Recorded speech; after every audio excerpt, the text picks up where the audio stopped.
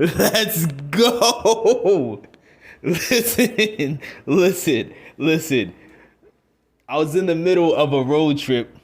I had to travel for something work related, and literally, as I'm sitting in this car, falling asleep and waking back up, dazing in and out of consciousness, I randomly I update my news feed to see what seemed impossible at one point. We actually made a splash move at wide receiver. I don't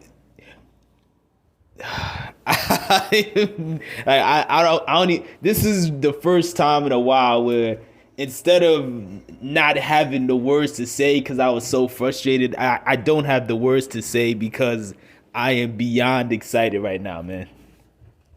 The Ravens have agreed to a deal with Odell Beckham Jr., which again, this felt like the ultimate buzzer beater / Hail Mary moment, because news had literally just broke earlier today that he was supposed to go meet with the Jets.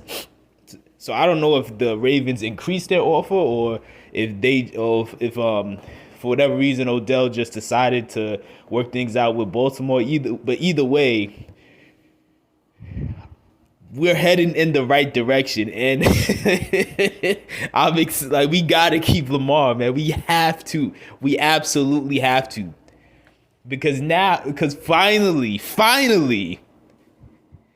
EDC and this front office is taking the offense seriously.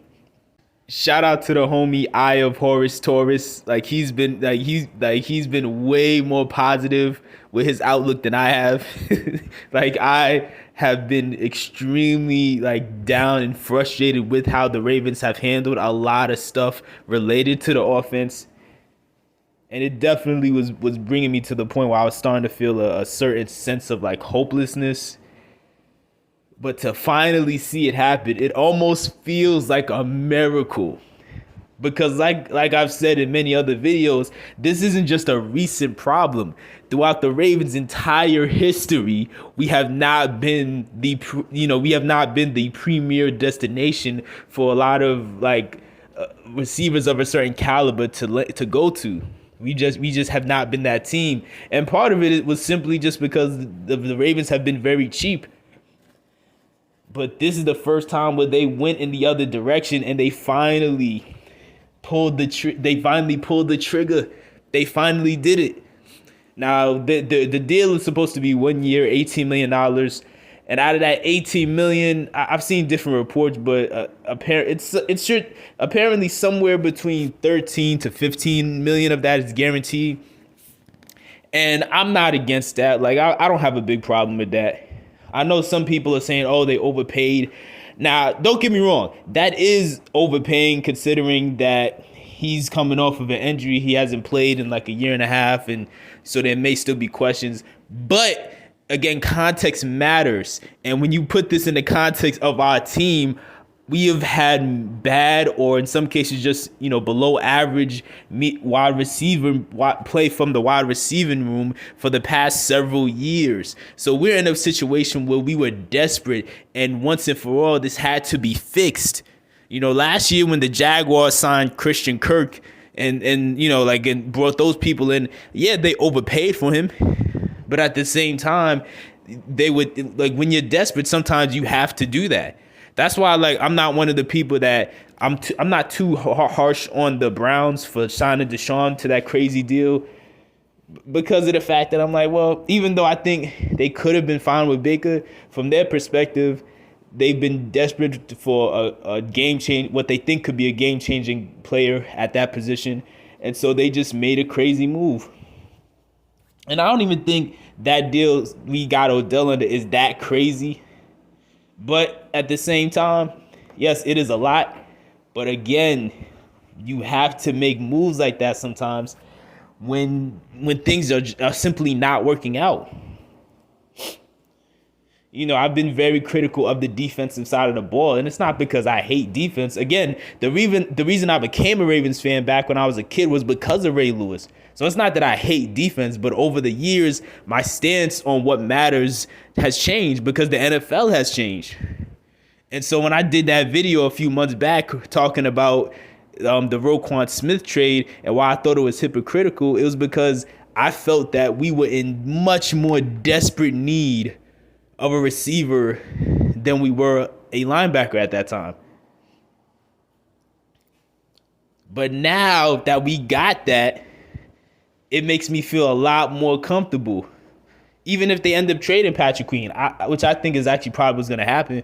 But yeah, I'm a lot more comfortable now with us having Roquan and us having us having the players we got on that side of the ball if we can actually balance it out on offense. And this gives me faith that we could be headed in that right direction. And it also gives me more faith that the chances of us bringing back Lamar is pretty high because of, number one, because when Odell made the announcement, he posted his son in Lamar's uniform, in Lamar's jersey. And then after that, Lamar posted screenshots of him on FaceTime or something like that, talking to Odell. So I would like to believe that this is all headed in the right direction. This absolutely is headed in the right direction because there's not much left to really fix with this team. I still feel like our O-line could be tweaked a little more. I feel like they could tweak the O-line just a little bit, but at the same time, if we bring Lamar back, we got the QB. We got Mark Andrews and Isaiah Likely and the other guy Kolar. So we got tight ends. The tight end room is set. Our running back room is set. At this point, again, the main hole that we've been dealing with, besides offensive coordinator, and Greg Roman's out the door. And I have a lot more faith that Todd Monken can make a big difference. Again, the biggest hole has been wide receiver, and they finally have fixed that. So we absolutely could be looking at the beginning of a Super Bowl season. We still got to finalize everything because that would be such a major letdown if we finally started to fix the receiver problem and then we still lost Lamar. But again, especially because of the posts that I've seen, I do have a lot of faith that we are headed in the right direction. I've been so just iffy on how things are gonna play out because it hasn't been looking good. We've seen reports saying the Ravens were interviewing QBs. We see, Eric DeCosta is talking about there's 4 or 5 first round QBs in this draft. That's cap. I almost did a video ranting about that because that was nothing but cap. There's maybe 1 or 2 guys out of this class who may be half the quarterback, maybe half as good as the one we already have. Now, as far as what we should do with wide receiver from this point forward, personally, I still believe we should still draft a wide receiver.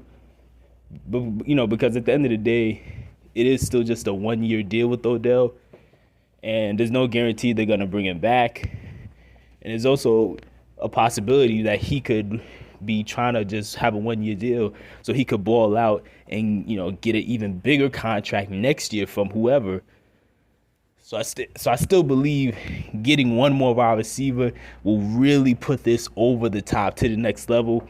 Personally, my favorite receiver in this draft is Jackson Smith-Njigba. That's who I'm hoping that we go for.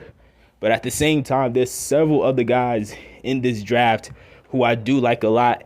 I like Jordan Addison. I like Zay Flowers. I like Jackson Smith-Njigba. There's a lot of guys in this draft who, if we take, I'll be cool with. The Quentin Johnston thing, I don't really know. That's kind of up in the air. He could be boom or bust. I guess any of these guys could be boom or bust. But still, either way, though, that would be...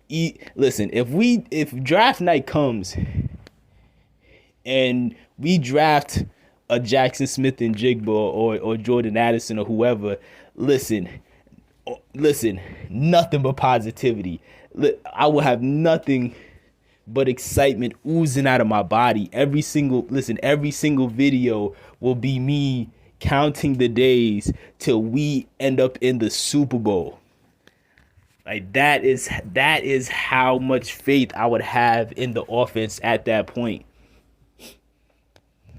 Because and another thing about this OBJ signing that does get me excited is the fact that with them bringing in a guy like OBJ, especially for how much they paid for him, knowing that it's not like the Ravens to pay this much for an offensive player typically, especially one that wasn't already drafted here, it does make me happier to see and believe that there is a possibility that the Ravens front office has finally started to accept that there needs to be a change in the way they handle not just offense, but specifically receiver. Because we have historically not been a team that has valued receivers that much. And you got to imagine, for them to convince OBJ to come here, I don't think it was just a money conversation. I think that's a big part of it, but I don't think it was just a money conversation. I also think it was a conversation where they had to let him know, hey, listen, we're taking the offense in this direction. We got Todd over here. You're familiar with Todd, and you're going to get your targets. Because they're gonna get him his targets. There's no way they're gonna pay him this type of money just so he could end up getting 60 targets by the end of the year. That's pretty unlikely. So I do believe from a coaching and coordinator standpoint, they're gonna definitely consider get all the ways they could get OBJ targets as much as they can while still spreading the ball around. And then again, of course, assuming Lamar's still here, I definitely believe Lamar is going to try his best to get him the ball whenever necessary. Because contrary to what the mainstream media says about Lamar can spread the ball around. Like a lot of people, they try to make it seem like he just forces the ball to Andrews every single time, when that's not really the case. It's just Andrews the most reliable target, but he's shown that he's more than willing to spread the ball around. And I don't think OBJ, even though I think he wants his targets, I don't think OBJ is going to come here just demanding that he get, 15 targets a game. That would be at this point in his career, with all he's dealt with and what he has to prove that he's still that guy. I think that's unrealistic for him to even expect. But even though he's not going to get 15 targets a game or something crazy like that, he still could probably get like 7-8 targets a game. And for a guy like him, for the talent he has when healthy, that can make all the difference. So hopefully this can kill the narrative that not only that receivers don't want to play with Lamar, but that receivers don't want to play in Baltimore. It's like I've been saying for a while now, where receivers will play wherever if you pay them what they're asking for, if you pay them more than what they're asking for, and if you just reassure them that they'll get their targets. Like most receivers are willing to go pretty much wherever. See and believe that there is a possibility that the Ravens front office has finally started to accept that there needs to be a change in the way they handle not just offense, but specifically receiver.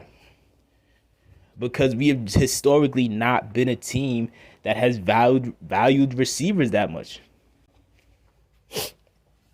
And you got to imagine, for them to convince OBJ to come here, I don't think it was just a money conversation. I think that's a big part of it, but I don't think it was just a money conversation. I also think it was a conversation where they had to let him know, hey, listen, we're taking the offense in this direction. We got Todd over here. You're familiar with Todd, and you're going to get your targets. Because they're gonna get him his targets. There's no way they're gonna pay him this type of money just so he could end up getting 60 targets by the end of the year. That's pretty unlikely. So I do believe from a coaching and coordinator standpoint, they're gonna definitely consider get all the ways they could get OBJ targets as much as they can while still spreading the ball around. And I don't think OBJ, even though I think he wants his targets, I don't think OBJ is going to come here just demanding that he get, 15 targets a game. That would be at this point in his career, with all he's dealt with and what he has to prove that he's still that guy. I think that's unrealistic for him to even expect. But even though he's not going to get 15 targets a game or something crazy like that, he still could probably get like 7, 8 targets a game. And for a guy like him, for the talent he has when healthy, that can make all the difference. The only time in recent history I could think of the Ravens specifically offering a good deal, a good offer to a receiver, a real offer, not just we tried, we almost, but a real offer was Juju. Like when they offered Juju $1 million more than the Chiefs last year, but he chose the Chiefs instead. Now that's a situation. Obviously, he didn't care about the money. Juju, he preferred Mahomes. That's his business. It worked out for him. He got a ring, but he's also not on the team anymore. And I don't think it's just because he wanted to leave. I think because they figured Kadarius Toney is better. They don't really need him like that. But I don't want to sound too salty, but it doesn't matter at this point. It doesn't matter at this point. Let me know what your thoughts are in the comment section below.